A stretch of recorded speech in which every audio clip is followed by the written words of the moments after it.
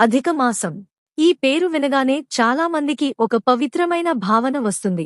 కాని ఈ నెలలో చేసిన చిన్న పుణ్యం కూడా జీవితాన్ని మార్చేస్తుందని చాలా మందికి తెలియదు. ఒక చిన్న గ్రామంలో రామయ్య అనే పేదవాడు ఉండేవాడు.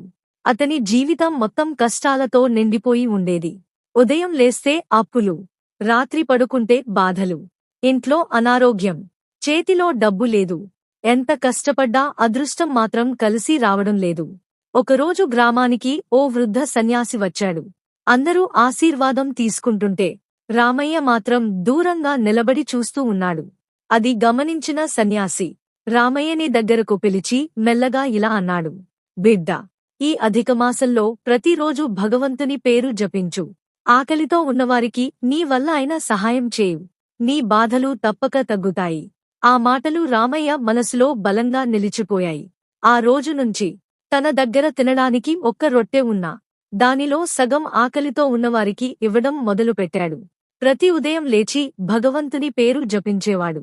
రోజులు గడుస్తున్నాయి. ఒక రాత్రి అలసిపోయి నిద్రపోతున్న రామయ్యకి ఒక అద్భుతమైన కల వచ్చింది.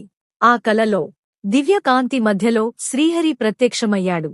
రామయ్య, అధికమాసంలో చేసిన చిన్న పుణ్యం కూడా కోట్ల రెట్లు ఫలితం ఇస్తుంది. నీ భక్తి నన్ను కదిలించింది అని ఆశీర్వదించాడు. అంతే, ఆ రోజు నుంచి రామయ్య జీవితమే మారిపోయింది. కొన్ని రోజులకే మంచి పని దొరికింది. ఇంట్లో ఆరోగ్యం వచ్చింది. అప్పులు తగ్గాయి. ఎప్పుడూ బాధల్లో ఉన్న రామయ్య ముఖంలో మొదటిసారి ఆనందం కనిపించింది. అప్పుడే అతనికి అర్థమైంది, భగవంతుడు ఆలస్యంగా ఇచ్చినా అద్భుతంగా ఇస్తాడు అని. అందుకే పెద్దలు చెబుతుంటారు, అధిక మాసంలో చేసిన జపం, దానం, భక్తి ఎప్పటికీ వృథా కావు. ఈ పవిత్రమైన కథ మీకు నచ్చితే ఒక ఓం నమో నారాయణాయ అని కామెంట్ చేయండి.